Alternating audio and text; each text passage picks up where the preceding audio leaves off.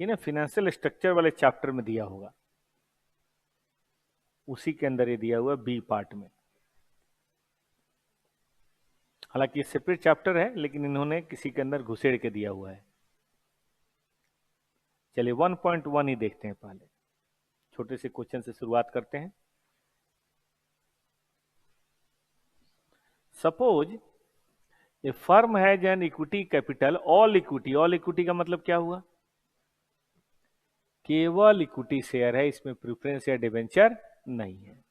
1 lakh share 10 रुपए वाले, ये हमारे पास अभी है, इसको बोलते हैं एग्जिस्टिंग। अब हम 2.5 लाख रुपए और चाहते हैं, ठीक है। In considering 3 alternative method of finance. पहला, to issue this much ordinary share of 10 each. दूसरा, to borrow this much 8% rate of interest. तीसरा, to issue this much preference share of 100 each at 8% rate of dividend. ध्यान से question पे ध्यान रहे। हाँ बोलिए। अच्छा, पेज नंबर नहीं मिल रहा है, ये 5.3 कैपिटल स्ट्रक्चर का पार्ट है बेटा।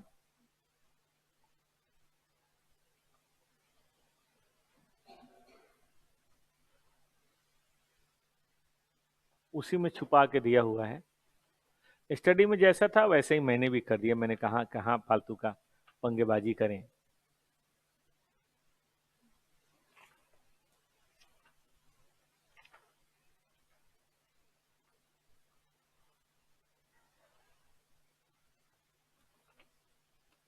मिला बच्चों को?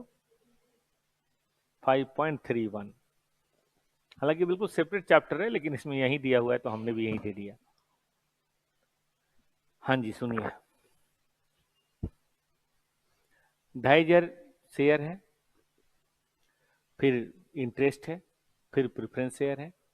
तो आपके पास 3 ऑप्शन है, या तो इक्विटी शेयर इश्यू करो 2,500 गुने 10, सॉरी 25,000 गुने 10 काम हो जाएगा, या तो बोरोइंग कर लो, या तो प्रेफरेंस शेयर इश्यू कर लो। अगर हमारी अर्निंग आफ्टर एडिशनल इन्वेस्टमेंट 3/12 होनी है और टैक्स रेट 50% है, बताइए ईपीएस पे क्या इफेक्ट पड़ेगा अंडर द 3 फाइनेंसिंग अल्टरनेटिव। ठीक है, तो उसी तरह से हम 3 कॉलम बनाएंगे, लिख लेंगे इक्विटी ऑप्शन, डेप्ट ऑप्शन और प्रेफरेंस ऑप्शन। 3/12 500। पहले वाले में पहले भी केवल इक्विटी था, बाद में भी केवल इक्विटी है, तो इंटरेस्ट नहीं होगा। दूसरे वाले में पहले तो नहीं था लेकिन अब आ गया, बताइए 2.5 लाख गुने 8%, 20,000। तीसरे वाले में पहले इक्विटी बाद में प्रेफरेंस, कोई दिक्कत नहीं। क्या निकल गया? पीएटी मार्क कीजिए। अब इस पे टैक्स निकलता है, टैक्स का क्या परसेंटेज है? 50, तो टैक्स का 50% काट दीजिए, आगे आइए। फिर क्या निकलता है? प्रेफरेंस डिविडेंड, और हमें पता है कि हमने 2.5 लाख इशू किया है एट रेट, बताइए कितने परसेंट? 8%। बताइए हाउ मच, कितना हो गया बेटा? 20,000। ये हो गया earning available to ordinary share holder, 156, 146, 136। Number of share की जहां तक बात है, 1 लाख मेरे पास पहले से था, प्लस न्यू लेना है। फर्स्ट वाले में 25,000, सेकेंड वाले में 0, थर्ड वाले में 0, क्योंकि डेप्ट और प्रेफरेंस है। भाग देके बताइए सबसे ज्यादा कहां आ रहा है? तो हम क्या बोलेंगे कि second option is best option, क्योंकि हमारी ईपीएस वहां क्या हो रही है? मैक्सिमाइज हो रही है। ठीक बात है कि नहीं? तो इस तरह से हमें मैक्सिमाइजेशन ऑफ प्रॉफिट की बात करनी है। इसमें एक और अच्छा क्वेश्चन आता है जिसमें इंटरेस्ट थोड़ा अलग अलग लेवल का दिया होता है, तो वो करना भी हमारे लिए बेहद जरूरी है। आइए हम आपको बताते हैं।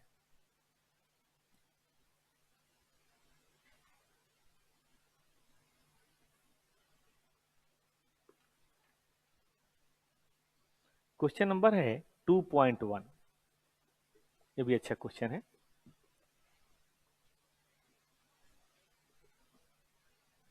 2.1, कुछ नहीं, इसमें यही एक फॉर्मेट बनाना है, इतना आसान चैप्टर है ये, है ही नहीं कुछ। आज घर पे बैठना है, नाइट लगानी है, और जो जो क्वेश्चन मैं छोड़ रहा हूं उसका फॉर्मेट बनाना है। 2 या 3 कॉलम बनेंगे, किसी किसी में 4 भी बनेगा। सबसे पहले क्या लिखना है, फिर से मेरे सामने बोलिए। ईबीआईटी। फिर क्या लिखना है, इंटरेस्ट। अब इंटरेस्ट देख लेना है पहले से क्या लोन था, नया क्या लोन इशू हो रहा है या नहीं हो रहा।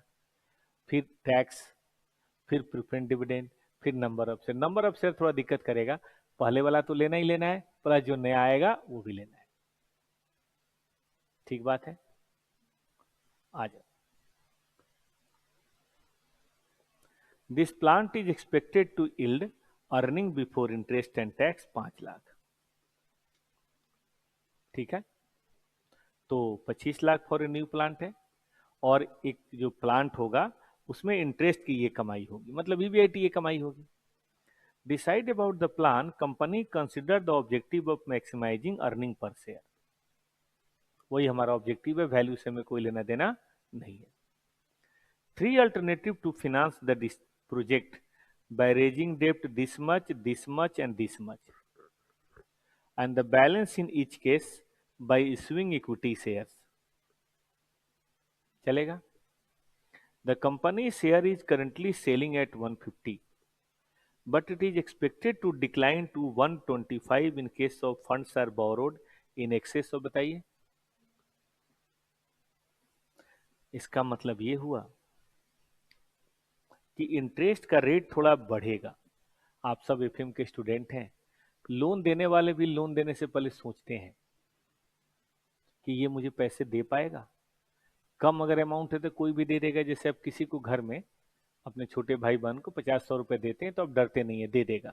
लेकिन 1000 रुपए देने में आप 4 बार डरते होंगे कि नंगा आदमी मुझे 1000 रुपए कहाँ से लौटाएगा।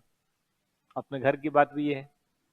आपके पिताजी रिश्तेदारों को 10,000 रुपए देने में नहीं डरते हैं, लेकिन कोई रिश्तेदार आके बोले 10 लाख रुपए दीजिए सर, तो आपके पिताजी बोलते हैं भैया हमारे पास नहीं है। होगा तब भी नहीं देंगे। क्यों नहीं देंगे? क्योंकि 10 लाख दे देंगे, देगा कहाँ से, देना भी तो चाहिए इसको। तो इसीलिए जैसे जैसे बढ़ता जाएगा रिस्क बढ़ेगा, रिस्क बढ़ेगा तो उसका इंटरेस्ट भी बढ़ता जाएगा। तो पढ़िए, 10 lakh, fund can be borrowed at the rate of interest 10% per annum. कहां तक? 2.5 लाख तक। इसके बाद 10 लाख तक 15%, और उससे अगर ऊपर हो गया तो 20%। अब देखने वाली बात यह है, इस वाले में पूरा का पूरा 10% चलेगा, इस वाले में थोड़ा 10 और थोड़ा 15, इसमें थोड़ा 10, थोड़ा 15 और थोड़ा 20। क्या ये बात सही है? टैक्स रेट 50% है। Analyse which form of financing should company choose, किसको चूज करे। क्या ये बात सही है? तो देख लीजिए भैया, अगर आप 2.5 लाख डेप्ट लेंगे तो बाकी इक्विटी से लेना पड़ेगा 22.5। क्या ये बात सही है? अगर आप 10 लाख लेंगे तो कितना लेना पड़ेगा? 15। और अगर आप 15 लेंगे तो कितना लेना पड़ेगा? ये बात भी याद रखिएगा, क्योंकि इसी से नंबर ऑफ शेयर का कैलकुलेशन होगा। तो पहले ऐसा करना चाहिए, ऐसे क्वेश्चन में ना कैपिटल स्ट्रक्चर अपने ध्यान में ला लेना चाहिए।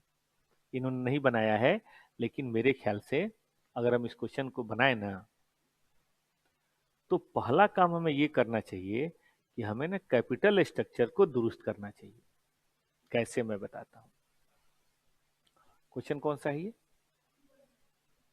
हम भी वहीं से आगे बढ़ेंगे, लेकिन पहले ये करना चाहिए। Statement of EBIT and EPS.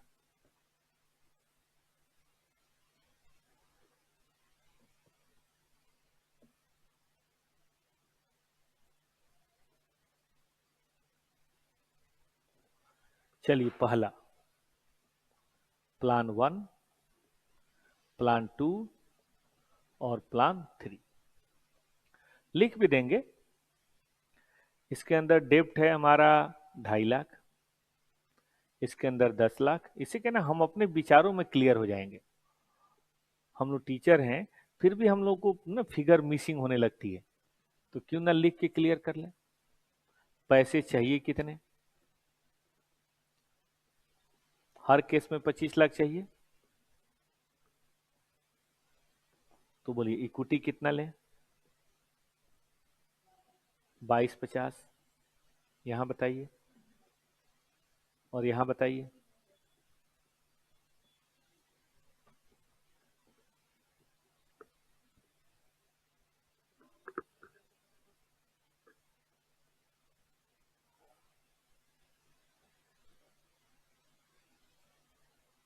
ठीक बात है। अब इसका ईबीआईटी हमें दिया हुआ है, कितना दिया हुआ ईबीआईटी बताइए, 5 लाख। तो 5 लाख तो हर केस में होगा, चाहे कैपिटल स्ट्रक्चर कुछ भी हो। ये समझ लीजिएगा, ईबीआईटी कैपिटल स्ट्रक्चर पर डिपेंड नहीं करता, कैपिटल पर डिपेंड करता है। तो कैपिटल स्ट्रक्चर कोई भी हो, ईबीआईटी सब में सेम होगा। EBIT is always independent of capital structure. पहले क्या जाएगा बेटा, इंटरेस्ट। अब इस वाले में 2.5 लाख है, तो 2.5 लाख का 10%, यहां भी 2.5 लाख, यहां भी 2.5 लाख, ये तो तीनों में होगा। अब 10 हो गया, तो जो नेक्स्ट 7.5 है उसका 15% बताइए।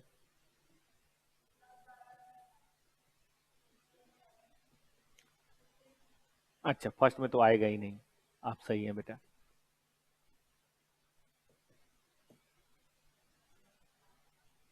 और अगला 5 लाख, टोटल 15 है ना, इसीलिए मैंने लिखा था बेटा 20%। मुझे बताइए क्या आएगा, E B T, tell me what will be the EBT.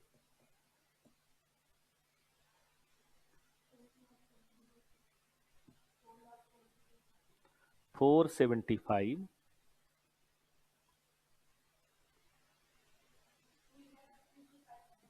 362, और ये बताएं 262, 500 आ जाएगा। ये किताब में भी वही किया हुआ है, लेकिन मैंने जानबूझ के थोड़ा सा ये अलग से किया और इंटरेस्ट को थोड़ा ऐसे दिखा दिया। अब टैक्स का रेट क्या है, ये चैप्टर तो बनाने मुझे इतना अच्छा लगता है, मैं वेट करता हूँ कि ईबीआईटी के चैप्टर कब आएगा मेरे बैच में। 2-3 बड़े आनंद के होते हैं कि इसमें सोचना तो कुछ है ही नहीं ना, बस अमाउंट का ध्यान रखना है, इंटरेस्ट का ध्यान रखना है, नंबर ऑफ शेयर का ध्यान रखना है, सारे क्वेश्चन मस्ती से। थोड़ा सा इसमें जो ध्यान देना है, कैपिटल बजटिंग में ध्यान देना है, क्योंकि इसमें कैलकुलेशन कम वक्त बहुत है, और थोड़ा सा कॉस्ट ऑफ कैपिटल। 2 चैप्टर में ध्यान दे दीजिए, 50 में 45 आएगा, 50 में 40 आएगा, कुछ है ही नहीं बाकी एफएम में। बाकी एक थॉट प्रोसेस डेवलप करना है। आ जाओ बेटा, बताना जरा, पी या ईबीट, ईएटी, अर्निंग आफ्टर टैक्स, तो ये आ जाएगा 237। इसमें मुझे कुछ और बतानी है, इसीलिए मैं इतना टाइम ले रहा हूं, वरना मैं अगले कॉन्सेप्ट पे आ जाता। इसमें बेटा main number of equity share है।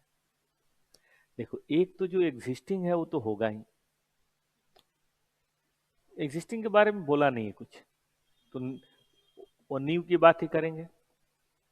अब इसमें पंगा है, क्या पंगा है मैं सिखाता हूं, ध्यान से देखना। कहता है कि आजकल आपका इशू प्राइस कितना है, 150, शेयर का इशू प्राइस 150, तो जाहिर हम भी इशू करेंगे तो इसी पे करेंगे। लेकिन अगर आपने बोरोइंग 10 लाख से ज्यादा कर ली, इन एक्सेस ऑफ 10 लाख, तो इसका मतलब इस कंपनी का लीवरेज बढ़ गया, लीवरेज बढ़ गया मतलब फाइनेंशियल रिस्क बढ़ गया, फाइनेंशियल रिस्क बढ़ गया मतलब शेयर होल्डर डरेंगे, और शेयर होल्डर डरेंगे तो मार्केट प्राइसेस कम होंगे। हायर द रिस्क, है ना, डर बढ़ेगा तो मार्केट प्राइस कम होगा, तो शेयर का प्राइस हो जाएगा 125। अब ऐसे सिचुएशन में मैं आपको ये दिखाता हूं, ये देख रहे हैं दोस्त आप सबको, दिख रहा है ना। अब ये कैपिटल मुझे चाहिए, जानते हो बेटा। इस केस में आप मत लिखना, केवल समझने के लिए लिख रहा हूं। इस केस में शेयर ज्यादा है, इक्विटी कम है। पता है मार्केट प्राइस क्या होगा? 150।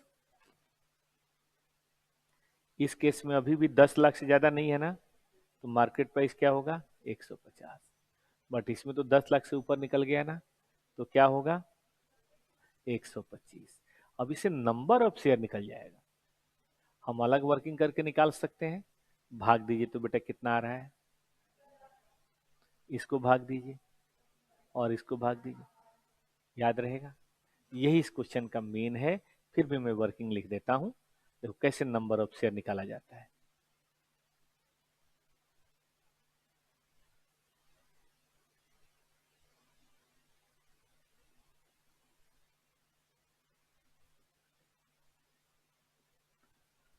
Number of share, fund required from equity divided by issue price of share. पहले ऑप्शन में आपने देखा 2250 है, प्राइस 150 है। दूसरे ऑप्शन में बताइए, 15 लाख है। बोलिए तो बेटा।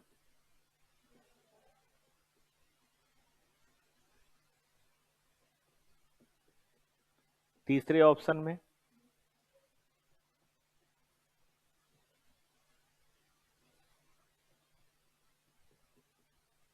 तो ये एक कैलकुलेशन मुझे लगता है कि बच्चे गलती करते हैं। अगर ये कैलकुलेशन कर लें तो फिर इसमें कुछ भी नहीं है। बताइए नंबर ऑफ शेयर बताइए बेटा। 15 और भाग दे दीजिए, ईपीएस आ जाएगा 15.83 और 16.4। This is the best one.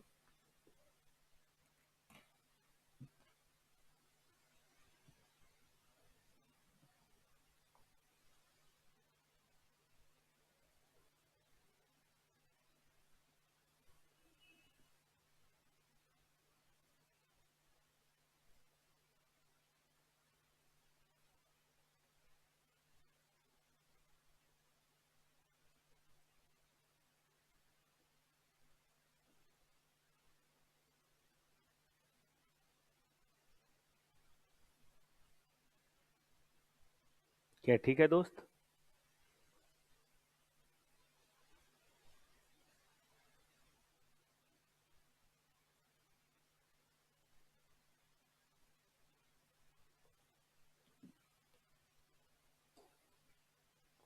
आगे चला जाए। चलिए तो हम आगे बढ़ते हैं। अब इसमें इसी तरह के क्वेश्चन हैं, थोड़ी वेराइटी बदलते हैं। देखिए एक क्वेश्चन आता है कि मैक्सिमाइजेशन ऑफ वेल्थ किस में होगा। ठीक है ना, कहां पे मैक्सिमाइजेशन ऑफ वेल्थ होगा, एक वो क्वेश्चन आता है। तो एक वो भी पढ़ा देते हैं आपको, यहीं पे ध्यान दीजिए। ये देख रहे हैं, यूपीएस देख रहे हैं। कोई भी कहेगा कि ये बेस्ट ऑप्शन है, best option is plan two, बहुत बढ़िया।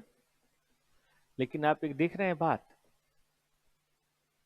यहां बेटा लोन भी तो ज्यादा है इसकी तुलना में। ये तो चलिए कोई बात नहीं, लेकिन इसकी तुलना में लोन भी तो ज्यादा है। लोन ज्यादा है तो फाइनेंशियल लीवरेज ज्यादा होगा, इंट्री ज्यादा होगा ना। तो ये कहना कि ये सबसे बेस्ट ऑप्शन है, क्योंकि because of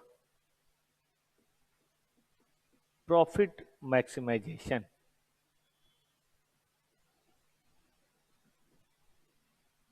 because of profit maximization, ये गलत बात है। क्यों? क्योंकि it ignore risk of high financial leverage. और हम सब जानते हैं डिसीजन केवल रिटर्न के बेसिस पे नहीं होता, decision risk commensurating with the return होता है। अगर इतना ही आपको ज्यादा इनकम चाहिए तो लॉटरी का टिकट खरीदिए ना, 100 रुपए में 1 करोड़। लेकिन चांस कितना है? 0.000000001%। किसी न किसी का तो लॉटरी लगता ही होगा, लेकिन चांस कितना ही कम है। कैसीनो में जाके खेलिए। तो या बिजनेस कर रहे हो तो रिस्क का भी ध्यान दो। बगैर रिस्क का ध्यान दिए काम चलेगा? तो अगर आप रिस्क का ध्यान देते हैं तो प्रॉफिट मैक्सिमाइजेशन एफएम लोग बताते हैं नैरो एस्पेक्ट है।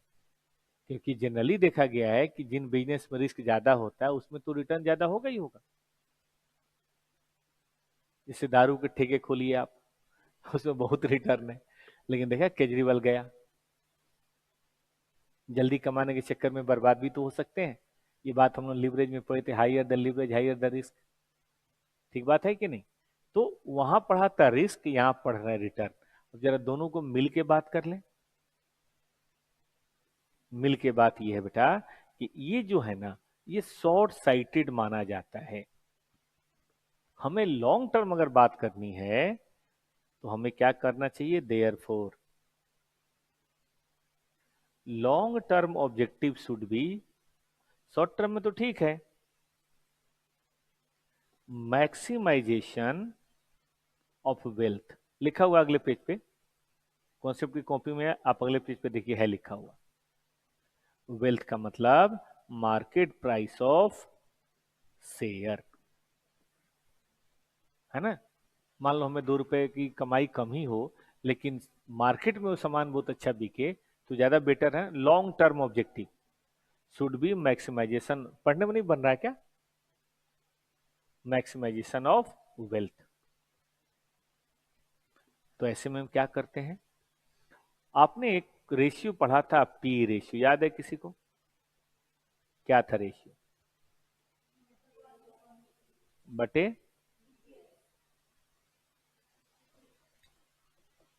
तो क्या बेटा हम इसको कह सकते हैं कि पी रेशियो इंटू ईपीएस बराबर मार्केट प्राइस। तो अगर हमें एक्सपेक्टेड पीवी रेशियो, इन्वेस्टर का बिहेवियर पता चल जाए कि दूसरी कंपनियों को लोग क्या पी रेशियो दे रहे हैं। पी रेशियो का मतलब होता है 1 रुपए की इन्वेस्टमेंट के लिए कितना देना चाह रहे हैं। तो क्या हम अपना एक्सपेक्टेड मार्केट प्राइस जज कर सकते हैं? गारंटी तो खैर कोई नहीं है, मार्केट का तो कोई भरोसा नहीं है, लेकिन जज तो कर ही सकते हैं। अब देखिए हमने यहाँ पे ईपीएस निकाल लिया है, पता है हमें। अगर हमें इनका किसी तरह से पी रेशियो पता चल जाए, ऑप्शन 1, ऑप्शन 2, ऑप्शन 3, जरा प्लीज बताएं तो मुझे क्या है ईपीएस?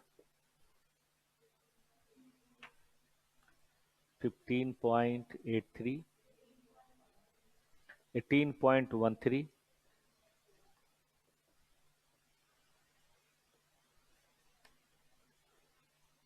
ठीक है बेटा। अगर हमें किसी तरह से एक्सपेक्टेड पी रेशियो पता चल जाए, जो इस क्वेश्चन में कितना है बेटा, हम मन से ले लें। देखिए ये तो आपने भी पढ़ा था कि जिसमें रिस्क कम होगा उसमें लोग ज्यादा पैसा लगाना चाहेंगे, और रिस्क ज्यादा होगा उसमें पैसा कम। Higher the risk market price कम होगा, और lower the risk market price ज्यादा होगा। 3%, 4% गवर्नमेंट बॉन्ड के लिए 100 रुपए दे देते हैं, लेकिन प्राइवेट कंपनी में 12% के लिए 100 रुपए देते हैं, क्योंकि 12% की गारंटी नहीं होती, 3% की 100% गारंटी होती है। क्या मैं सही कह रहा हूं बेटा? तो फिर ऐसे सर्कमस्टांसिस में हमें क्या करना है, जरा आप ध्यान दें। इसमें सबसे लोग ज्यादा डिमांड करेंगे, मतलब 1 रुपए के लिए लोग 15 रुपए देने को तैयार होंगे। इसमें कम करेंगे क्योंकि इसमें रिस्क थोड़ा ज्यादा है, और इसमें रिस्क और भी ज्यादा है, तो इसको शायद 10 टाइम्स ही दें। अब इन दोनों को अगर हम गुना कर दें तो क्या एक्सपेक्टेड मार्केट प्राइस आ जाएगा, बताइए तो। 237.45, और ये बताएं 217.56, और ये बताएं। कम लिया है क्योंकि इसमें रिस्क ज्यादा है ना, इसमें 15 लाख का लोन है। आइए दिखा देता हूं। इसमें लोन बेटा सबसे ज्यादा है ना, तो रिस्क सबसे ज्यादा है, तो यहाँ लोग 1 रुपए कमाने के लिए कम पैसा देना चाहेंगे। चलिए बताइए 164.1, क्या ये बात सही है बेटा? तो बोलिए अब रैंकिंग कौन सी अच्छी आ रही है? अब तो ये नंबर 1 आ रही है, ये नंबर 2 हो गया, ये तो खैर बेकार है। तो ईपीएस के बेसिस पे आप मुझे कह रहे थे सर ये वाला ऑप्शन ले लो, लेकिन लॉन्ग टर्म अगर वैल्यू की बात करो तो ये वाला ले लो। इससे ना लाइफ का सबक भी मिलता है। देखिए हम कई बार होता है ना, शॉर्टकट रास्ते अपना के, इलीगल रास्ते अपना के, मान लीजिए हम प्रैक्टिस करने जा रहे हैं, हमने ब्लैक व्हाइट का काम शुरू कर दिया, जल्दी पैसा कमा लेंगे आप, लेकिन फंस भी तो सकते हैं। देखो क्रिमिनल को मत देखो, क्रिमिनल की चमड़ी मोटी होती है, आम आदमी फंसता है तो कई बार दिल की धड़कन धुकधुकाने लगती है, तबीयत खराब हो जाती है। मैंने देखा है कई लोग जो क्रिमिनल नहीं है और गलती से किसी क्रिमिनल एक्टिविटी में इन्वॉल्व हो जाते हैं, उनकी जिंदगी बर्बाद हो जाती है, क्योंकि उतने उस सियाने होते नहीं है कि पुलिस और कोर्ट कचहरी के चक्कर में बच जाए। एकदम उनके चेहरे का रंग उतर जाता है, अजीब से हो जाते हैं।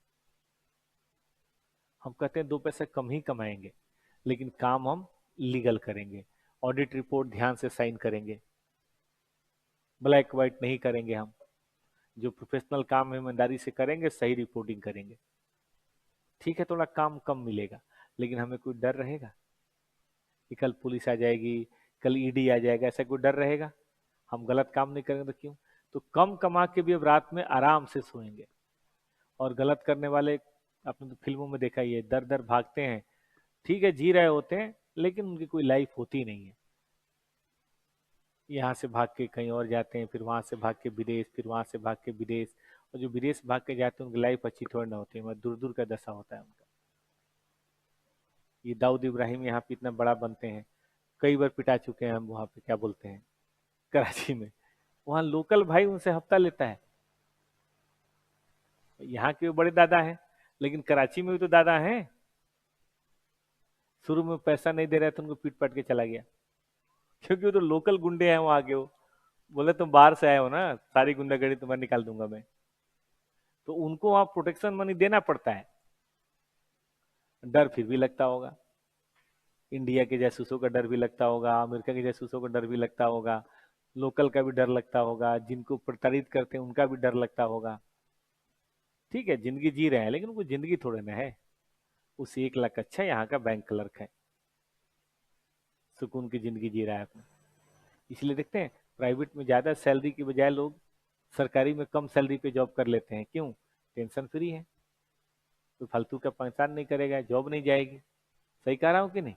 यही कॉन्सेप्ट है। तो इसीलिए अगर क्वेश्चन में मार्केट वैल्यू की बात करें तो ईपीएस पे मत रुकिएगा, ईपीएस के बाद कहाँ चले जाइएगा? हाँ ईपीएस के बाद पी रेशियो लीजिएगा, मार्केट प्राइस निकालिएगा, फिर डिसीजन दीजिएगा। तो वेल्थ मैक्सिमाइजेशन की बात करेंगे तो हमारा डिसीजन बदल जाएगा। फॉर वेल्थ मैक्सिमाइजेशन बताइए बेटर कौन है?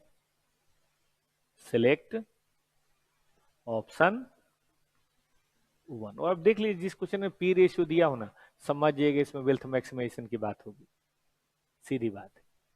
आइए एक दो क्वेश्चन इस तरह करा देते हैं। क्वेश्चन नंबर है बेटा जी 3.1, बहुत ही सुंदर क्वेश्चन है।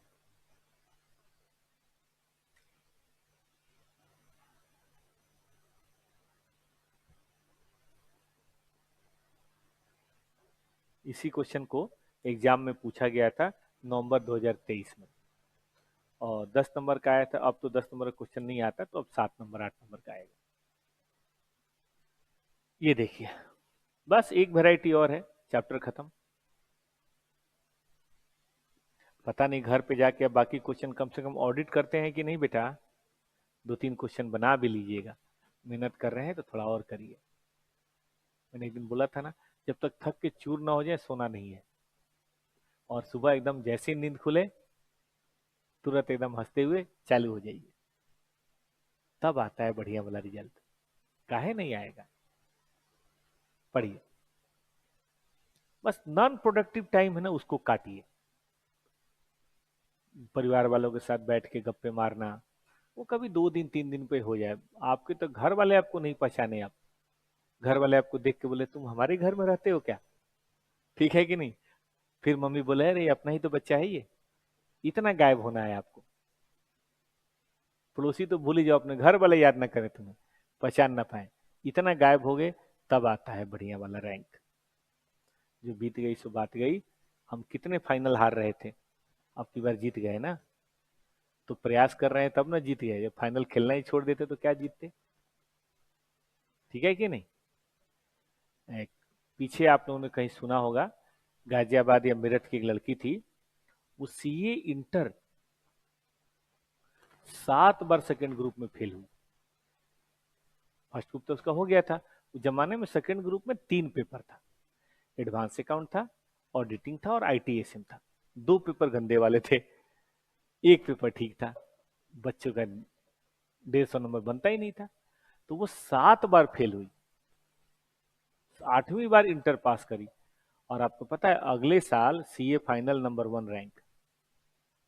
शालिनी गुप्ता ऐसे ही कुछ नाम, बड़ा नाम हो, मैं उससे बहुत इंप्रेस हुआ था कि 7 बार इंटर में फेल होने के बाद तो बच्चे पढ़ाई छोड़ देता है।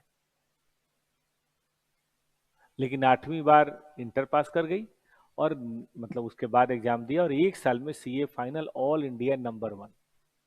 बताओ उसने क्या किया होगा। 7 बार तो पहले पेशेंस रखा होगा, और जब इंटर निकल गया होगा ना, तो उसने नई एनर्जी से दरवाजे खिड़की बंद कर लिए होंगे, और एकदम लग गई होगी।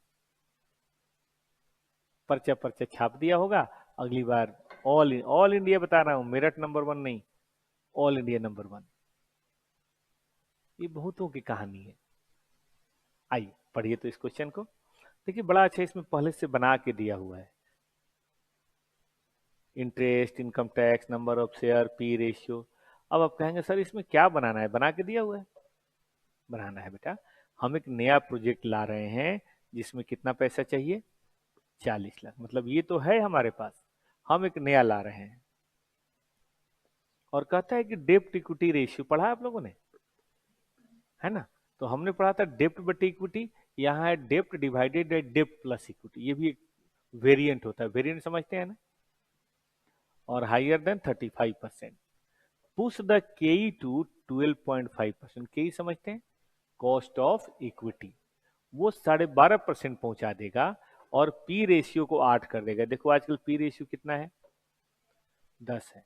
लेकिन अगर डेप्ट इक्विटी रेशियो बढ़ गया, इसका मतलब लिवरेज बढ़ेगा, रिस्क बढ़ेगा, और रिस्क बढ़ेगा तो एक्सपेक्टेशन ज्यादा होगी, एक्सपेक्टेशन ज्यादा होगी रिटर्न की, तो पी रेशियो घटेगा।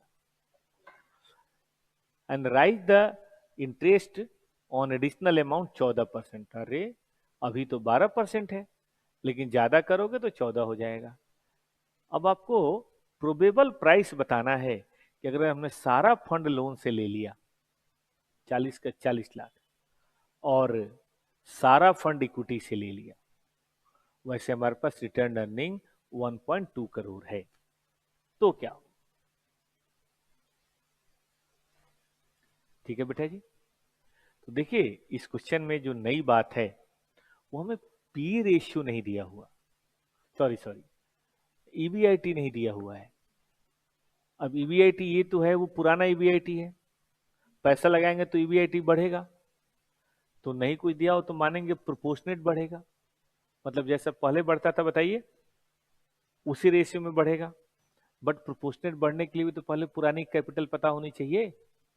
इस क्वेश्चन का सबसे बड़ा चैलेंज है कि इस क्वेश्चन में हमें आरओआई नहीं दिया या रिटर्न ऑन कैपिटल एम्प्लॉयड नहीं दिया हुआ है, और वो हमें पहले पता लगाना पड़ेगा। उसके बगैर हम नए वाला ईबीआईटी नहीं निकाल पाएंगे, और इसके लिए हमें पहले कैपिटल पता लगाना पड़ेगा। तो देखो बेटा, मैं कैपिटल की तरफ चलता हूं, ओल्ड कैपिटल। आ जाओ, ये क्वेश्चन करने वाला है, ऐसे नहीं होगा ये। चलो बेटा, सब लोग जरा कॉपी पेन निकालो प्रैक्टिस की। इसको किताब पे नहीं करेंगे, कुछ चीजें इसका लिख के करेंगे। हम अभी देखना चाहते हैं एट प्रेजेंट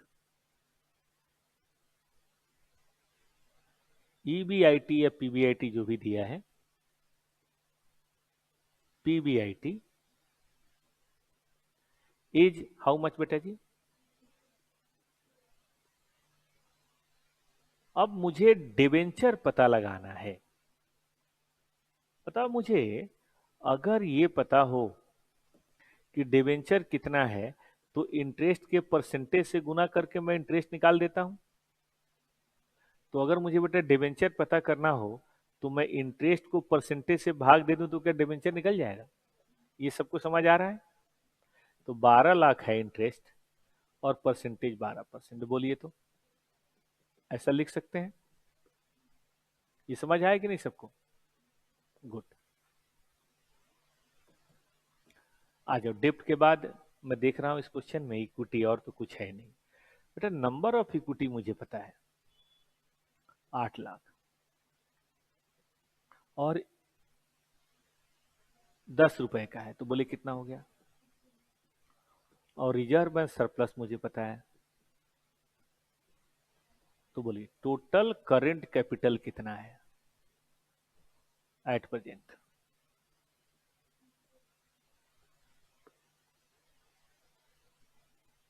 ठीक है बेटा, तो परसेंटेज ऑफ आरओआई या रिटर्न ऑन कैपिटल एम्प्लॉयड निकाल सकते हैं। 52 लाख बटे 300 लाख। बोलिए बेटा जी।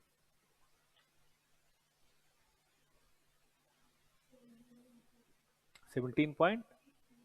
परसेंटेज नहीं भी निकालते तो भी प्रोपोर्शनेटली कर सकते थे, एज्यूमिंग न्यू कैपिटल या EBIT after new investment will increase proportionately।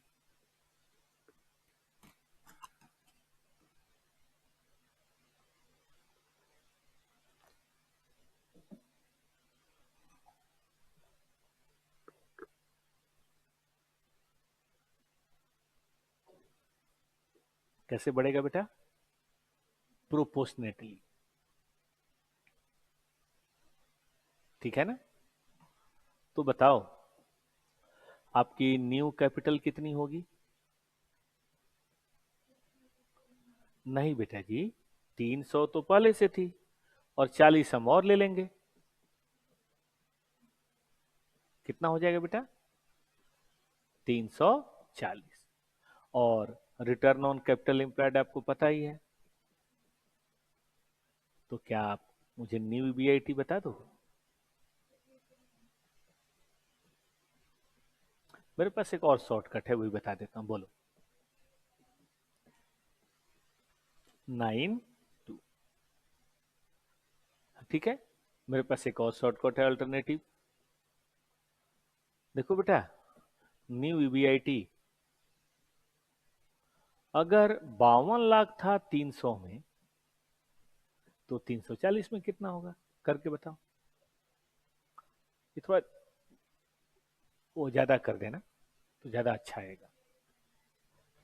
58 point, ये ज्यादा अच्छा है। ठीक है कि नहीं? सेम है, दोनों का आंसर तो सेम ही है, तो ये भी यही आ जाएगा, थोड़ा दूर तक लोगे तो।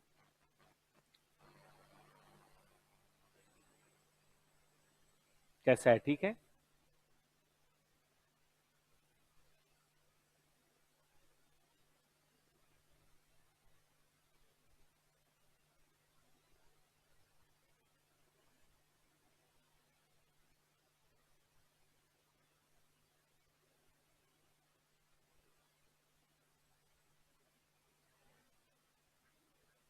सबने लिख लिया?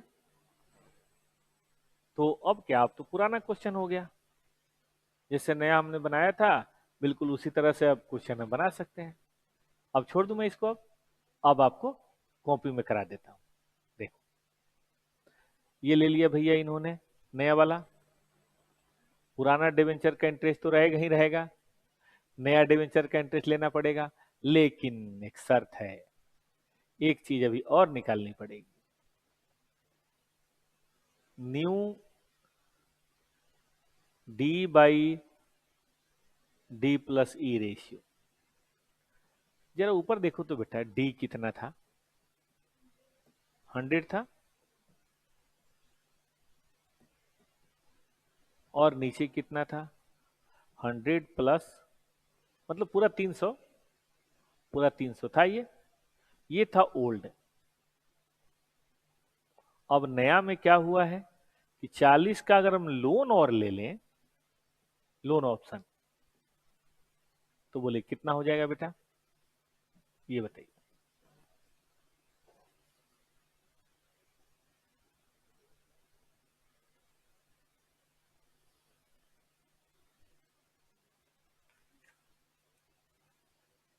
100% कर दीजिए, कोई बात नहीं।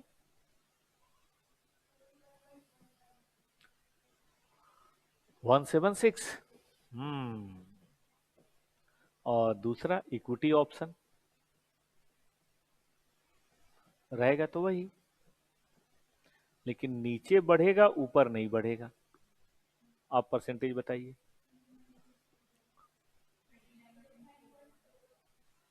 तो जानते हो इसमें पी रेशियो होगा सिर्फ 8।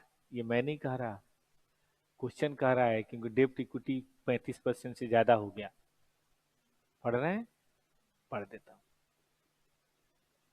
डेब्ट इक्विटी अगर 35 से ज्यादा हो जाए तो 8 आएगा बेटा, लिखा हुआ है, देखो ना, 35 से ज्यादा होने पे 8 आएगा, और 35 से कम है तो वही पुराना वाला रहेगा।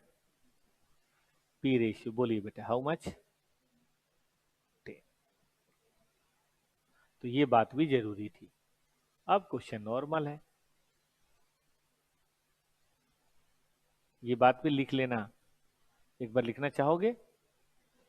ये बात भी लिख लो बेटा, working note number 2। Nikki Kumar एक बार ऊपर समझा दी, बिल्कुल समझा देंगे बेटा, अभी 1 सेकंड टाइम दो मुझे।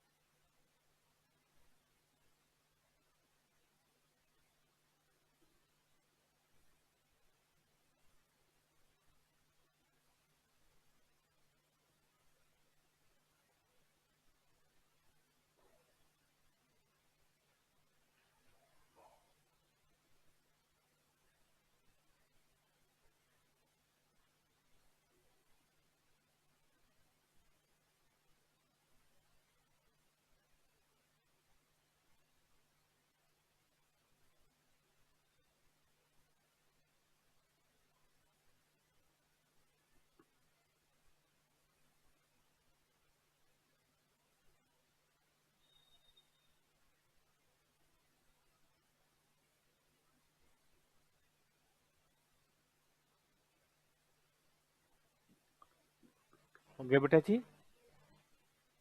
तो अब आइए, यहाँ आइए। पहले वाला इंटरेस्ट तो पता ही है आपको, नया वाला इंटरेस्ट निकाल लीजिए। 40 का 14% हो जाएगा उसका रेट। ये हम नहीं कह रहे, क्वेश्चन कह रहा है। तो बोलिए क्या हो जाएगा ये बात? टैक्स तो निकल ही जाएगा, ये तो निकल ही जाएगा। नंबर ऑफ शेयर देखिए, इसमें तो वही पुराने वाला 8 लाख, इसमें 8 लाख तो होगा ही होगा, प्लस 40 को भाग दीजिए मार्केट प्राइस है 25, भाग दीजिए तो 40 लाख को 25 से भाग दीजिए, 1,60,000, तो 960 हो गया बेटा। ये आ गया आपका ईपीएस। बट यहां मत रुकिए, क्योंकि आपसे ईपीएस नहीं पूछा है, प्रोबेबल प्राइस पूछा है। तो इसको 8 से गुना कीजिए, बताइए क्यों? क्योंकि डेप्ट इक्विटी इसका ज्यादा है, अभी पढ़ा तो था यहाँ। और दूसरे वाले को गुना कीजिए 10 से, क्योंकि डेप्ट इक्विटी अलग है। तो ध्यान से देखिएगा, इसका ईपीएस ज्यादा आ रहा है, लेकिन इसका बताइए मार्केट प्राइस। तो अगर मैक्सिमाइजेशन ऑफ प्रॉफिट के हिसाब से जाएंगे तो ये ऑप्शन अच्छा लगेगा, लेकिन मैक्सिमाइजेशन ऑफ प्रॉफिट बहुत अच्छा नहीं है। उसके चक्कर में बहुत हेवी रिस्क ले लेते हैं और बर्बाद हो जाते हैं। उससे अच्छा हमें कौन सा लेना चाहिए? थोड़ा कम कमाए लेकिन रिस्क वाला कम, तो मार्केट ज्यादा वैल्यू देती है। आप जाके देखो ना, जितनी बड़ी कंपनियां हैं उनका मार्केट प्राइस ज्यादा है, कमाई कम है। लेकिन छोटी कंपनियां ज्यादा कमाने पर भी मार्केट प्राइस कम है, क्योंकि लोग डरते हैं आज है कल खत्म हो जाएगी। कोई बड़ा कंप्यूटर आ जाए, क्या कर लोगे? जैसे ओला, ओला ने स्कूटी बनाया। अब जब ओला ने स्कूटी बनाया तो लोग बड़े खुश हो गए, लेकिन बजाज भी आ गया अपना इलेक्ट्रिक लेके, सुजुकी भी आ जाएगी, बड़े ग्रुप हैं। फिर ओला कौन पूछेगा? ओला का लोगों ने गोला बना दिया, कंपनी बहुत लॉस में चली गई, उसके शेयर के दाम बड़े गिर गए। क्योंकि जो बड़ा है वो छोटे को कभी भी कच्चा चबा सकता है। ओला वाला कुछ थोड़ा बड़ा बोला है, उसने कुछ वो बोल दिया। राहुल बजाज का बेटा जो है, राजीव बजाज, जो आजकल बजाज स्कूटर चलाता है, मतलब बजाज मोटर्स, उसने बोला कि यार ओला जैसी कंपनी को तो हम सुबह नाश्ते में खाते हैं, मतलब हमको इज्जत ही नहीं देते ऐसी कंपनी को। ये है क्या? हमारा फोकस अब इलेक्ट्रिक पर नहीं है, जिस दिन फोकस होगा 1 साल में इनसे आगे होंगे हम। तो इसीलिए छोटी कंपनियों का मार्केट प्राइस होता है बहुत अच्छा करने पर भी कम। ओला का मार्केट प्राइस आपको पता ही होगा, 1 साल में अभी जनवरी से 40-50% गिर गया। जबकि बजाज स्कूटर, मतलब बजाज मोटर्स बहुत ही आगे है। मुझे नहीं पता, लेकिन 2000-3000 से ऊपर होगा, ये 40-45 पे बिक रहा है। यही यही ये चीज है, not the return only but also the risk. Come risk में, कम रिस्क में छोटा रिटर्न भी ज्यादा मार्केट वैल्यू देता है, लेकिन अगर ज्यादा रिस्क हो तो बड़ा रिटर्न भी छोटा मार्केट वैल्यू देता है। कोई किडनैपिंग करके बड़ा आदमी बन जाए तो उसके मोहल्ले में इज्जत थोड़ी ना होती है। एक बहुत पहले की बात है, एक बच्चा पढ़ता था सीए इंटर में, तो एक दिन बोला कि सर हमें ना थोड़ा तिहाड़ जाना है, हम कल नहीं आएंगे। मैं, बे तुम क्यों पकड़े गए, तिहाड़ क्यों जा रहे हो? बोला ना हमारा मौसा का या फूफा का बेटा है, हम लोग के साथ थोड़ा सा बड़ा है, मतलब हम 20 साल के हैं तो 25-30 साल का है वो। तो वो ना मुझे हमेशा हर महीने एक बार बुलाता है। मैं कहा क्यों जाते हो? बोला ना सर, बचपन में साथ खेले हैं, वो क्रिमिनल हो गया। तो पैसे तो बड़े कमाता है, लोगों को किडनैपिंग करता है, मर्डर वर्डर करवाता है, लेकिन वो बोलता है कि भाई मिल लिया करो, हमें खुद नहीं पता हम कब मर जाएंगे। तो तिहाड़ जेल में भी रह के उसको डर है कि कोई दुश्मन गैंग हमें मार न दे, या जिसको हम सताते हैं वो किसी को पैसा दे के हमारी सुपारी ना लगवा दे। क्या कर लोगे? एक गोली ही तो लगनी होती है, चाहे एक आदमी कितना भी बड़ा हो, एक बम ही तो चलना होता है। तो ये तो हालत है, उससे हम लाख गुने अच्छे हैं। हम शायद कम पैसे कमाते हैं, लेकिन कोई टेंशन नहीं है, डर तो नहीं कि तिहाड़ जाऊंगा कल गोली मार देगा, परसों वो होगा। 2 रोटी खा के आराम से सोते हैं। क्यों? क्योंकि हम इलीगल काम नहीं करते, कोचिंग में रिस्क कम है। व्यापार है तो रिस्क तो है, लेकिन रिस्क कम है। याद रहेगा बच्चों को? आ जाओ बेटा। और निक्की कह रहे हैं कि सर समझा दीजिए, हम समझा देते हैं। तो सबसे पहले बेटा इस क्वेश्चन में नया ईवीआईटी नहीं था, तो मैंने नया ईवीआईटी पता लगाने के लिए पुराना ईवीआईटी लिया, पुरानी कैपिटल लिया, परसेंटेज निकाला, तो उससे नई कैपिटल आ गई, नया ईवीआईटी आ गया। और चूंकि डेप्ट इक्विटी बीच में टपक गया है, तो मैंने डेप्ट इक्विटी पता लगाया। इसमें डेप्ट इक्विटी ज्यादा है तो पी रेशियो कम होगा, इसमें कम है तो पी रेशियो ज्यादा होगा। ठीक है बालकों, चल आगे बढ़ो। एक कॉन्सेप्ट आता है इंडिफरेंस पॉइंट, वो देख लो। अब ये वाला पेज छोड़ दो, ये वाला पेज तो मैंने पढ़ा दिया। ये वाला पॉइंट देखो, financial indifference point. Financial break even तो लिवरेज में पढ़ लिया था। फिनेंशियल ब्रेक इवन का मतलब होता है जहां हम अपनी फिनेंशियल फिक्स कॉस्ट को कमा लेते हैं। इंडिफरेंस पॉइंट क्या है, अगर आपको याद हो तो कॉस्टिंग में भी था।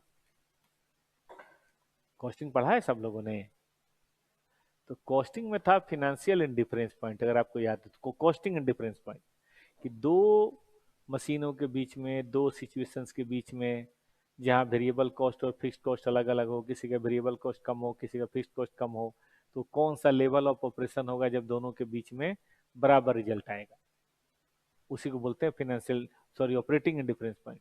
यहाँ पे ऑपरेटिंग तो नहीं है, बताइए कौन सा है, फाइनेंशियल। क्या क्या डिफिनेशन है, पढ़िए।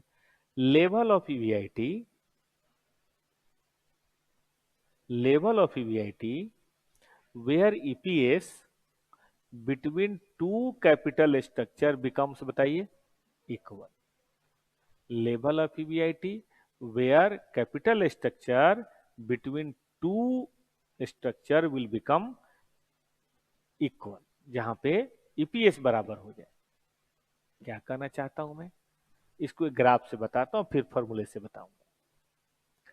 देखो बेटा, ये है ईबीआईटी, ये है ईपीएस, ठीक है, ये है ईपीएस।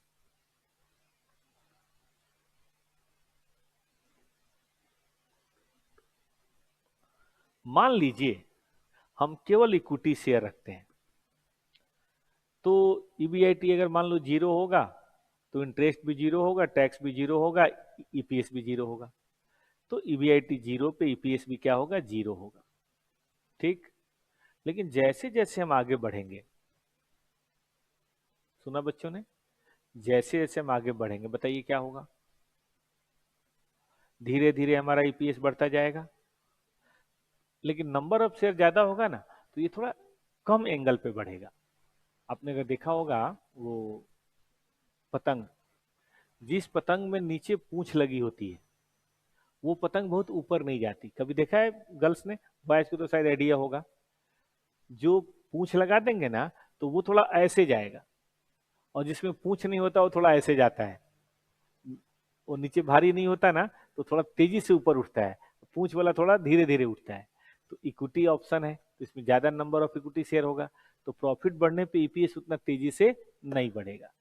समझ रहे हैं, मतलब स्लो ग्रोथ करेगा। अगर डेप्ट है, तो डेप्ट की एक खराबी है, वो जीरो नहीं निगेटिव से शुरू होगा। बताइए क्यों। अगर आप नहीं भी कमाएंगे इंटरेस्ट, तो तब भी देना पड़ेगा। टैक्स में चलो थोड़ा सेविंग होगी, चाहे जैसे भी होगा, लेकिन ईपीएस तो निगेटिव आएगा। तो नीचे से शुरू होगा, लेकिन इसकी स्पीड तेज होगी। कारण बताइए। डेप्ट ऑप्शन वाले पलट के देखो, उसमें नंबर ऑफ शेयर कम होता है। अब नंबर ऑफ शेयर कम होगा, तो थोड़ा भी अगर ईपीएस बढ़ेगा, सॉरी ईबीआईटी, तो ईपीएस तेजी से बढ़ेगा। हल्का है ना वो, नीचे पूंछ लगी हुई है, लेकिन हल्की पूंछ लगी हुई है, तो तेजी से बढ़ेगा। और एक लेवल आएगा जब इसको, लाइन को बताइए क्या कर देगा, कट कर देगा। और उसके बाद भी अगर आपका ईबीआईटी बढ़ता चला गया, तो ये ज्यादा जाएगा। मतलब ये हुआ कि शुरू में तो वो नुकसान देगा, क्योंकि फिक्स कॉस्ट है, लिवरेज। लेकिन लेवल के बाद नुकसान देने की बजाय बताइए फायदा देगा। इसको बोलते हैं डेब्ट एडवांटेज, इसको बोलते हैं इक्विटी एडवांटेज। और जहां पे ये दोनों बराबर हो, अगर हम उस लंब यहां पे खींचे परपेंडिकुलर, तो ये वाला ईबीआईटी बताइए क्या कहलाता है, इंडिफरेंस पॉइंट। यही तो पढ़ा था हम लोगों ने यहाँ, द लेवल ऑफ ईबीआईटी, है ना, where EPS between two capital structure will become equal. तो एग्जाम में ये क्वेश्चन भी खूब आता है, बल्कि इस चैप्टर से पूछेगा। तो जो अभी पढ़ा वो तो पूछेगा ही, उसमें बीच में घुसेड़ देगा इंडिफरेंस पॉइंट बताओ। तो वो सारी कैलकुलेशन तो करेंगे ही, एक और कैलकुलेशन करनी पड़ेगी, वो भी बता देता हूँ। कितने बच्चों ने पहले पढ़ रखा था इसे, गुड, बहुत अच्छी बात। चले आगे बेटा, देखो इसका एक फॉर्मूला होता है। इंडिफरेंस पॉइंट से पहले ये डिसीजन में किस तरह से काम आता है, डिसीजन मेकिंग कैसे होता है, पहले वो पढ़ लेते हैं। फिर आगे बढ़ेंगे। इन डिफरेंस पॉइंट पर तो कोई भी ऑप्शन ले लो, क्या ही फर्क पड़ता है, तो दोनों में ईपीएस बराबर होगा। लेकिन क्या है ना, फ्यूचर ऐसा होता नहीं है, फ्यूचर में तो जजमेंट करनी पड़ती है। अगर आपको लगता है कि हमारा ईबीआईटी इन डिफरेंस पॉइंट से कम होगा, बोलो क्या करना चाहिए, हमें कौन सा ऑप्शन लेना चाहिए, हमें इक्विटी लेना चाहिए। फिक्स्ड कॉस्ट लाने से क्या फायदा, वेरिएबल कॉस्ट लो, आगे बढ़ाओ। और अगर हमें लगता है कि ईबीआईटी इन डिफरेंस पॉइंट से ऊपर जाएगा, अरे तो डेप्ट लो और अपनी अर्निंग को एकदम दिन दुगुने रात चुगुने बढ़ाओ, फिर तो डेप्ट ऑप्शन ही बेहतर है। ठीक बात है। तो डिसीजन में ये काम आएगा, खूब बढ़िया से समझ लीजिए इसको। इन डिफरेंट पॉइंट से कम के चांस है, मत लो fixed cost, go for equity. ज्यादा है, मत लो इक्विटी, फालतू में पार्टनर बनाने से क्या फायदा, कमाई अच्छी हो रही है, लोन वाले को इंटरेस्ट चुकाओ, सब खाओ। ठीक है। अब मैथमेटिकली कैसे निकालते हैं, तो देखो, मैथमेटिकल निकालने का तरीका होता है कि EPS under one option should be equal to EPS under second option, यही है ना भाई डिफरेंस पॉइंट पे। ठीक है।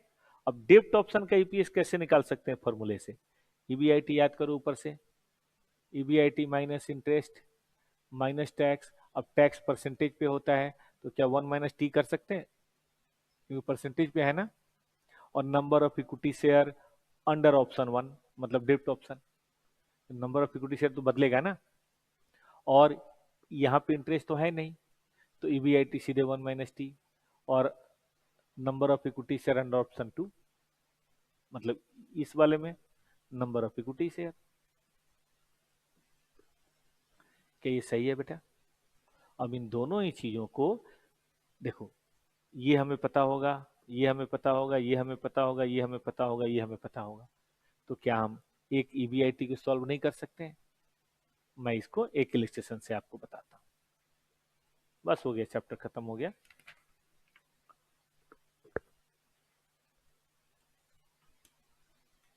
क्वेश्चन नंबर है बेटा जी 4.2, सब लोग देखिए 4.2। अच्छा मैं बता दूं, ये अभी नहीं बनाना है, ये हम लोग अभी 2-3 दिन बाद पढ़ेंगे, जब हम बात करेंगे कैपिटल स्ट्रक्चर की। ये चैप्टर छोड़ दीजिएगा, मतलब ये क्वेश्चन छोड़ दीजिएगा, ये कैपिटल स्ट्रक्चर का चैप्टर है, अभी इस पे ध्यान देने से कोई फायदा नहीं है। आप ये पढ़िए।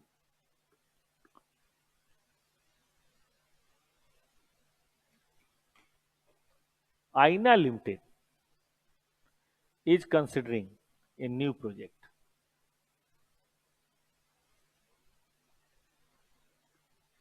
which require a capital investment of 9 crore, interest 12% है, कॉर्पोरेट टैक्स इतना है। इन डिफरेंस पॉइंट बताइए, डेप्ट इक्विटी रेशियो 2:1 होना है, मतलब या तो डेप्ट इक्विटी 2:1 होगा या नहीं होगा। तो 9 लाख को बेटा 2:1 में बांटिए तो 6 और 3, तो दो ऑप्शन कौन से हो गए, एक ऑप्शन तो ये हो गया कि हम पूरा का पूरा इक्विटी ले लें, और एक ऑप्शन हो गया कि हम 6 का लोन और 3 का इक्विटी ले लें। अब इसको इस फॉर्मूले पे सजाते हैं। कहा गया भाई,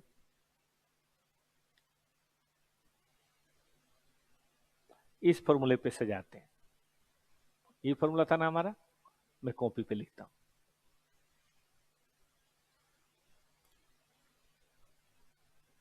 क्वेश्चन नंबर है 4.2। ठीक। Option 1 EPS must be equal to option 2 EPS. ये इक्विटी ऑप्शन है, ये डेब्ट ऑप्शन है।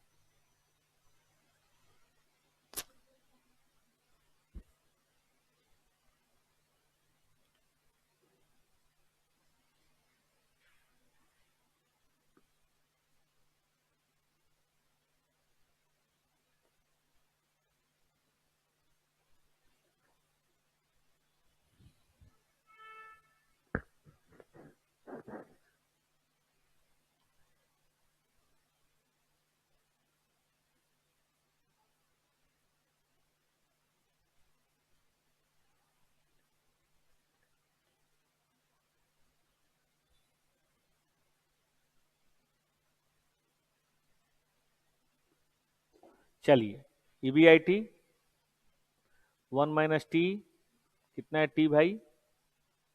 0.3 है। नंबर ऑफ शेयर 9 करोड़ को 10 से भाग दीजिए। 90,000 शेयर हो सकता है? नहीं। 9 लाख शेयर हो सकता है? नहीं, 90 लाख शेयर हो जाएगा। हम मान रहे हैं 10 रुपए वाले शेयर हैं, आप 100 भी मान सकते हैं। EBIT बताइए, 6 करोड़ का 12% इंटरेस्ट 72 और 1 माइनस टी,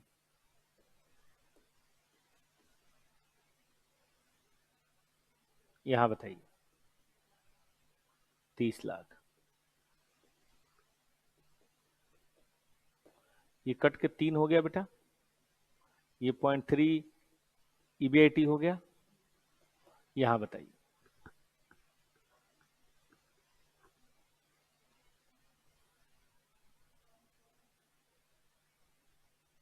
एक काम करते हैं,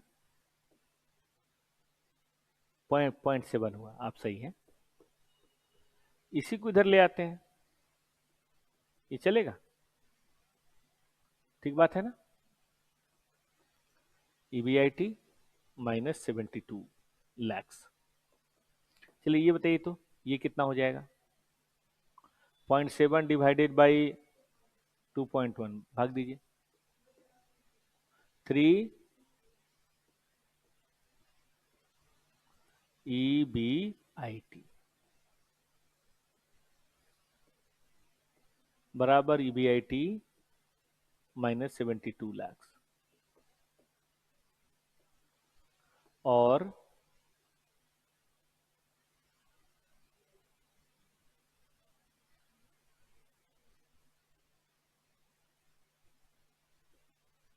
$72 lakhs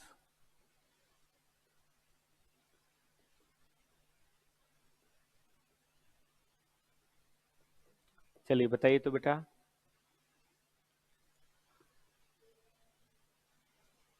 हाँ भाग दे दीजिए। 72 divided by point I think 667 आएगा, कुछ ऐसा आएगा, भाग दीजिए। तो 1 करोड़ 8 लाख पे आपका EPS बराबर होगा। मैं चेक करके बता सकता हूं। ऑप्शन 1 बेटा 1 करोड़ 8 लाख लीजिए, ऐसे लिख लें, चलेगा? 1 माइनस टी कीजिए और नंबर ऑफ शेयर कितना है? 90 लाख से भाग दीजिए। लाख में लिख लो यार, कितना आ रहा है? 8। और दूसरे वाले से इसको बोलते हैं वेरिफिकेशन। डेप्ट ऑप्शन बताइए।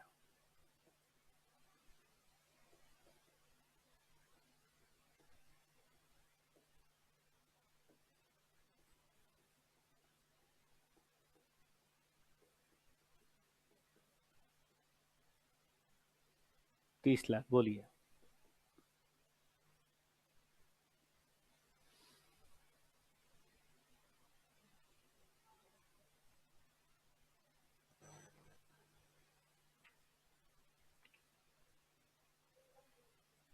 आ रहा है सेम?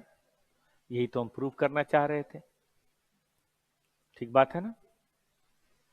अब इसी में एक क्वेश्चन आता है, मतलब पहले वाला तो आएगा ही, प्लस एक क्वेश्चन और क्या आता है कि 3 ऑप्शन दिया रहेगा। कॉस्टिंग में भी पढ़ा होगा आपने, 3 ऑप्शन होगा, डेप्ट होगा, इक्विटी होगा और प्रेफरेंस शेयर वाला भी होगा, और बोलेगा इंडिफरेंस पॉइंट बताओ। तो एक बार में नहीं निकलेगा, इसमें 3 निकलेगा। मतलब जब 3 ऑप्शन हो ना, तो इंडिफरेंस पॉइंट भी 3 निकलेगा। कैसे कैसे? एक बार निकलेगा डेप्ट और इक्विटी का, एक बार निकलेगा इक्विटी एंड प्रेफरेंस का, और एक बार निकलेगा डेप्ट और प्रेफरेंस का। ठीक है, तो इस तरह से निकले। अच्छा ये भी हो सकता है कि किसी किसी ऑप्शन में डिफरेंस पॉइंट हो ही ना। डिफरेंस पॉइंट के लिए ना एक में फायदा भी होना चाहिए और नुकसान भी होना चाहिए। मान लो किसी में केवल फायदा है, जैसे जनरली डेप्ट और प्रेफरेंस में नहीं निकलता। क्यों? क्योंकि डेप्ट होता है टैक्स के पहले, प्रेफरेंस होता है टैक्स के बाद। तो अमाउंट तो दोनों 10 ही लाख दिखाई देगा, लेकिन हम जानते हैं एक का 10 लाख दूसरे के 10 लाख के बराबर नहीं होता। तो हो सकता है डिफरेंस पॉइंट नहीं भी हो, नहीं हो तो हम बोलेंगे no difference point, one option is always better than second option. ठीक बात है। ऐसा क्वेश्चन भी आ सकता है। फॉर एग्जाम्पल देखिए, क्वेश्चन नंबर है दोस्त आपका 4.5।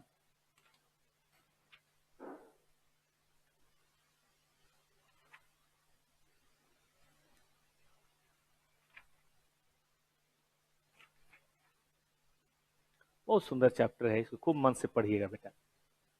मैंने सारे कॉन्सेप्ट करा दिए हैं, कॉन्सेप्ट तो कोई नहीं है, लेकिन इसमें किसी किसी में कॉस्ट ऑफ स्ट्रक्चर या कैपिटल आ जाएगा, क्योंकि एग्जाम में तो मिक्स करके पूछ ही सकता है।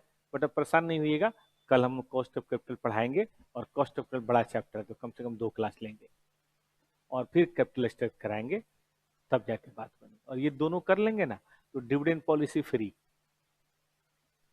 तो टोटल 4 क्लास लगेगी, ये किताब खत्म हो जाएगी। फिर हम लोग 1-2 क्लास कर लेंगे उसकी, क्या बोलते हैं, कैपिटल बजटिंग की, और 1-2 क्लास वर्किंग कैपिटल की, और फिर हम लोग कॉस्टिंग शुरू कर लेंगे। ठीक है ना। कुछ फायदा है कि नहीं है इस क्लास का? देखिए मैं आपको बताया तो मेन ऑब्जेक्टिव क्या है। घर पे हम पढ़ रहे हैं पढ़ रहे हैं पढ़ रहे हैं, लेकिन मोटिवेशन लूज कर जा रहे हैं, तो थोड़ा हमारे साथ रिवीजन कर लें। जो चीज़ें कहीं कहीं छोटी छोटी है, हम थोड़ा सा बोल देते हैं तो वो चीज़ें लाइन पे आ जाती हैं। चाहे अकाउंट हो, चाहे कॉस्ट हो, चाहे एफएम हो, करना तो आप ही को है मेन, हम रास्ता दिखा देते हैं। आइए,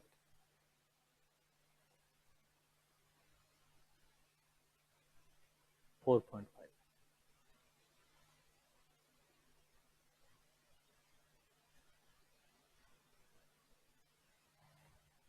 3 फिनेंसिंग ऑप्शन है। की इंफॉर्मेशन आपके पास है? Total investment, plan of financial planning, ऐसे कर सकते हैं, ऐसे कर सकते हैं। Option 1, option 2, option 3। ये केवल इक्विटी है, ये इक्विटी एंड डेब्ट है, और इसमें इक्विटी एंड प्रेफरेंस है। बाकी cost of debt, preference share सब कुछ दे रखा है, कोई दिक्कत नहीं है। इशू ऑफ शेयर भी कैसे करेंगे वही पता है, वीआईटी पता है। ये निकालना, ये निकालना, इसमें मेन बात नहीं है, मेन बात ये वाला है। और बताना है कि कोई प्लान हमेशा डोमिनेट भी करेगा। तो ईपीएस के लिए तो क्या ही बताऊं मैं आपको, ये दे रखा है इन्वेस्टमेंट, और कमाई कितनी है भाई, यहाँ दे रखा 80,000। तो हम 80,000 बेटा ले लें, इंटरेस्ट घटाएं, सब करते करते नंबर ऑफ शेयर से भाग दें, तो ईपीएस आ जाएगा। ये हो गया क्वेश्चन का फर्स्ट पार्ट, जैसे पहले पढ़ा था। अब second part, in difference point निकालना है। एक बार में तो निकलेगा नहीं, तो बोलिए क्या करना पड़ेगा। एक बार में प्लान ए और बी का निकालेंगे, वो आ रहा है 16,000। ए का मतलब कौन सा प्लान है, इक्विटी, और बी का प्लान है इक्विटी प्लस डेब्ट। देखिए तो EBIT 1 - T divided by number of share, EBIT minus I 1 - T, चलेगा। दूसरा है इक्विटी प्लस प्रीफरेंस, ठीक बात है। ये देखिए इक्विटी है 1 - टी है, इक्विटी है 1 - टी है। अब इसमें क्या है कि प्रेफरेंस शेयर जो होता है उसका डिविडेंड टैक्स के बाद होता है, इसीलिए इसमें टैक्स के पहले इंटरेस्ट है और इसमें टैक्स के बाद है। तो इन डिफरेंस पॉइंट आ जाएगा, बताइए कितना, 32।